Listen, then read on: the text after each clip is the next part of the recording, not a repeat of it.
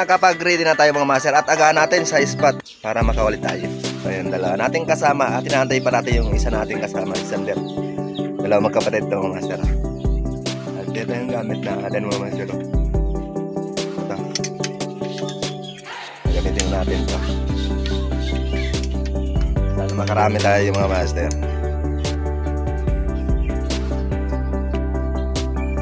Good morning, napakaganda ng panahon mga master. Pa lang sa akin channel mga master, huwag kalimutan mag-subscribe at pinutin ang notification bell para updated kayo sa ilalabas kong panibagong mga videos mga master. Morning mga master, dito na kami sa spot mga master at yung dalawa namin kasama nandun na. Apat kami nanisin dito mga master. At ako, si Jeremy, Jericho at si Sander, isang bagger natin. Nandito kami mga master sa may Talisoy. Ayan, Talisoy. Yan tawag itong Salinapungko. Ay yung nagsuon. Sana makarami tayo dito mga master. At dive safe sa lahat ng mga espero mga master.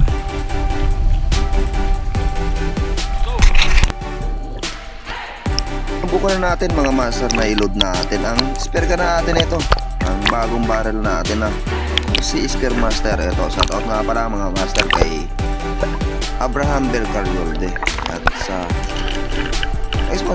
sponsor sa atin ng barrel na ito. Napakaganda mga master ng buoyancy ng para natin. Sakto lang sa SG natin ang barrel na ito at yung sapin natin. Napakaganda mga master ng setup ng SG natin mga master. Ito. At napakaganda talaga mga master. Ito sa ngayon, no? Panibagong hawak na naman tayo ng spare gun mga master at yung buoyancy niya. At medyo litaw ito mga master. Hindi kagaya nung una kong SG mga master. Pag nalagyan ng shafting, lubog yung SG ko mga master. Pero pag walang shafting ang SG natin dati na aluminum barrel, lubog yun. Sa unang bahura mga master, halos naikot na namin ang area at meron agos at wala rin nagpapakitang isda mga master. Kaya ito lumipat dito sa mga tinatawag na Takop Talisoy, pangalawang bahura mga master. At ito rin mga master, naikot na namin ito pero meron sana ako nakitang GT sa bahurang ito, kaso sobrang ilap naman mga master. Gawang medyo maalaw na kasi ang areang ito at maagos din. Ito mga master, napunta na kami sa bandang ibaba ng bahurang ito. Gawang napakalakas kasi ng agos. Ito sinilip ko tong may butas na to. Gawang mga local spare dito, papahingan daw to ng mga GT or mamsa. Ang napansin ko dito mga master, kalapag tayo dito, meron sana palang isang great white barracuda, kaso nga lang napakalayo mga master. At napansin na tayo at hindi na lumapit ang great white barracuda ito. Kaya nayan na natin. Ginawa namin dito mga master, lumilipat na kami ng bahura mga master. Tinatawag namin na Calix. Sa tapat ng Cabugao Bay mga master, sa may Bato Buti. Nabigo kami mga master na makahuli dito sa dalawang bahurang ito. Kaya lumipat na kami mga master ng area. Di na ako kumuha ng video mga master nung pakalipat namin sa bahurang ito. At ito mga master, ang napansin na agad natin dito, isang napakalaki ng dugtot tuna. At ito, ang ginawa natin dito mga master, drop shot naman ang ginawa natin dito. At talos napakamo ng dugtot tunang ito. At napakaganda rin ang naging patama natin mga master. Na stone shot pa natin ang malaking dugtot tunang ito. Napakaganda ang naging patama natin mga master. Kaya ayos ang unang isda dito sa paglipat namin sa bahurang ito mga master. Ayos. Kwartang linaw mga master. At tumitibang na tong mahigit 15 kilos. Sayang pala mga master, yung kasama natin nakapana sana ng malaking mamsa. Kaso nakawala mga master, gawang lahat ng flapper ng something niya nawala. Kaya nakawala mga master. Napakalaki daw sana ng mamsa na napana niya. Dali ka! Hanip ka! Ay! Tuwan-tuwa ako mga master sa napana kong ito. Halos hindi ako pinahirapan sa isda na to. Kaya dito sa ibabaw mga master, tuwan-tuwa na ako. Kaya maraming salamat sa isda na hindi tayo pinahirapan. Dito rin mga master, kahapon ako pumana ng isda ng ganito rin na dugtong tuna. Kaso mga master, nung paghila natin, kaya pala nakatanggal yung isda mga master, wala na palang flapper yung shafting natin. Kaya sayang mga master. Malaki rin sana yung napana ko kahapon na dugtong tuna. Halos same lang ng pinana kong ito. Pakalaki, dugi!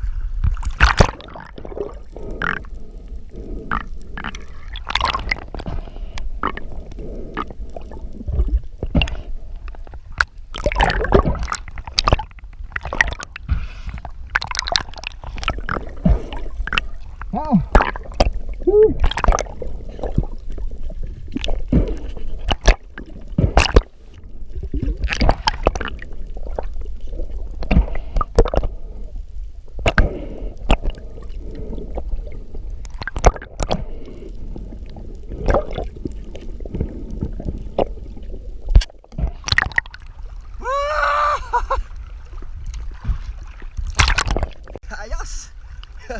Hunag gitik! Gitik!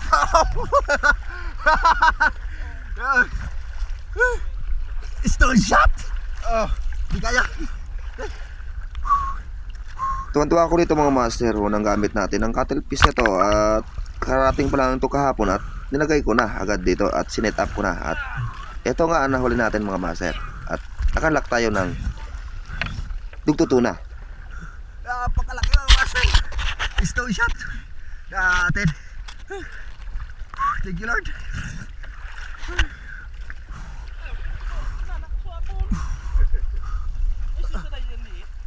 Dugi. Dito sa isang kasama kong master, kaya umakyat na to, naawa ko dito mga master gawang sukat-sukat ang kamay nito dahil sa daiminimo niya ng paghawak ng pagpursige ng isda Ganito mga master. Ang kagandaan pag naka-stone shot, pinapahirapan ka, magtanggal lang shafting. Ito, tinanggal sa tali. Shafting nito mga master. Pero successful mga master at nakahuli tayo ng dugi na napakalaki. Ayos. Thank you Lord. Yan. Dito naman mga master, habang nasa banga tayo, tinawag tayo ng kasama natin at maghingi ng screenshot sa kamsa na itong pinana niya mga master. At malaki na itong mga master, halos tumimbang rin ng 13 kilos. Kaya ito mga master ang ginawa ko. Sinikinshot ko to mga master at na stone shot din mga master ang patama natin dito.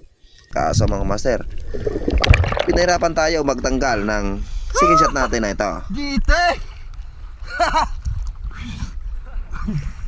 Congrats Nay! Naka-GT ka na naman!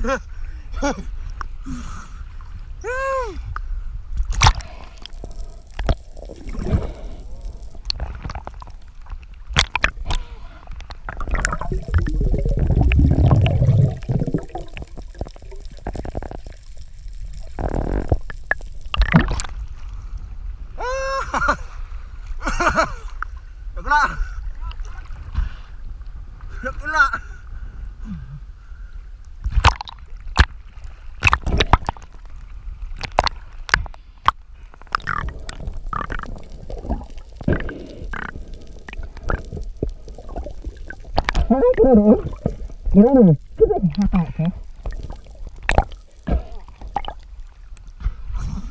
Keradaan pa kataba? Ha? Ayun na, karada.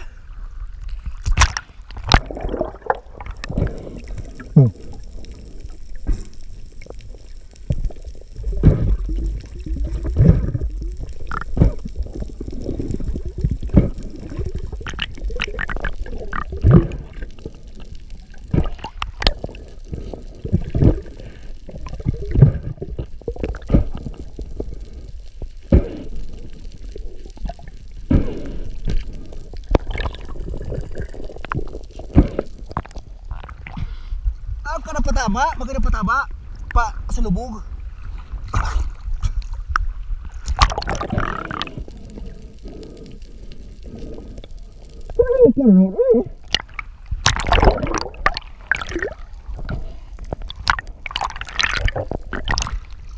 Ay, congrats. Congrats.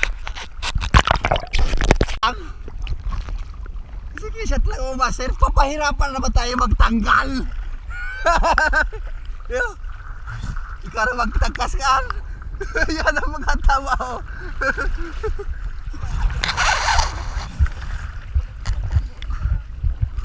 Asang na kabutang master.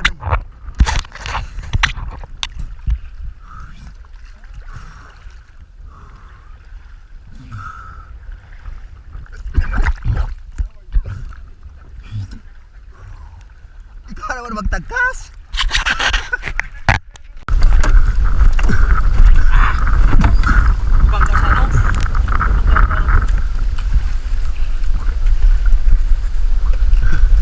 Nahirapan mo ba kasi magtanggal, oh? Baka,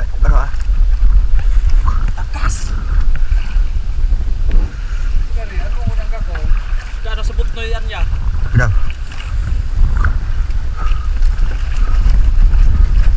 Mas dyan? Ako ba? Ano? Puti dyan.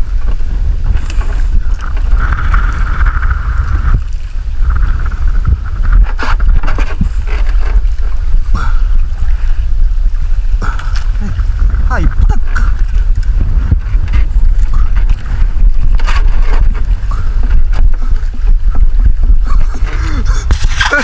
Ang hirap tanggalin! Dito rin sana mga master, meron sana ako napansin dito. Mamsa dito sa area ito, pero nasa baba mga master. Kaso nung paglapag natin dito sa bahurang ito, biglang nawala mga master. Di ko alam kung saan pumunta yung mamsa na napansin natin dito sa area ito. Napakarami kasi dito ng bitbit sa area ito at mga trigger piece na tinatawag. Nung pakalapag natin, wala na dito mga master. Kaya nakaikot na rin kami sa area ito. Halos lumalakas na ang alon mga master at ang agos. Kaya lumipat na kami mga master ng area ulit.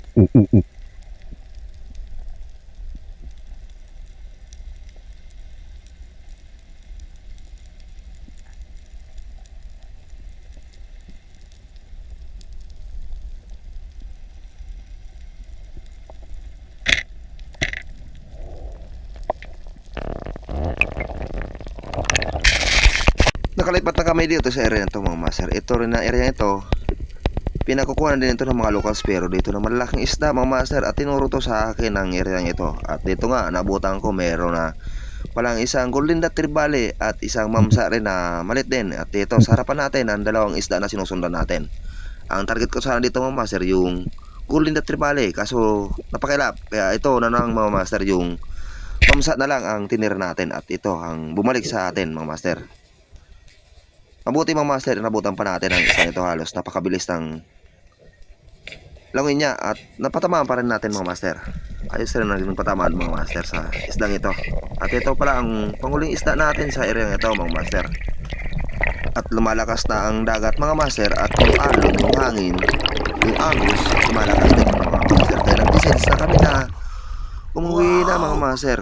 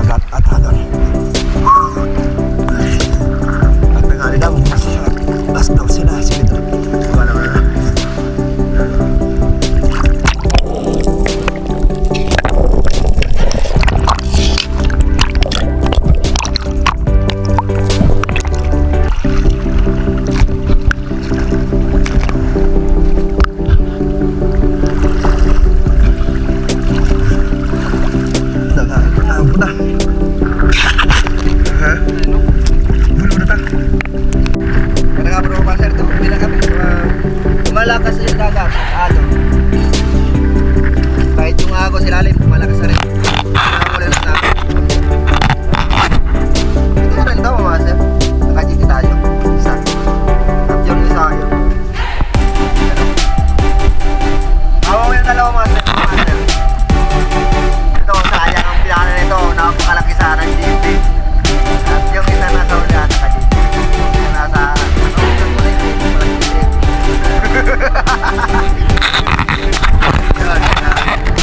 Huli na tayo ng tuktot. Kahapon kasi lapit natin. Ano ng tuktot? Kaya ngayon natin siya. Ayaw kasi alauna na. Salamat sa pinayaw mong master at sa tanging pag-ingat sa ibang isip. Watching mga master. Yan mga master, ang kita ng kabunang nahuli namin kanina mga master. Oh. Ito.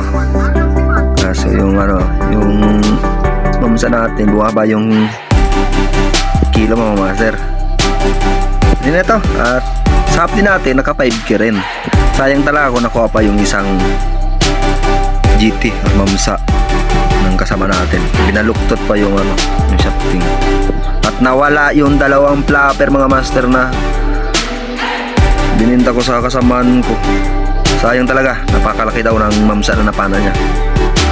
Pero pwede na ito mga master.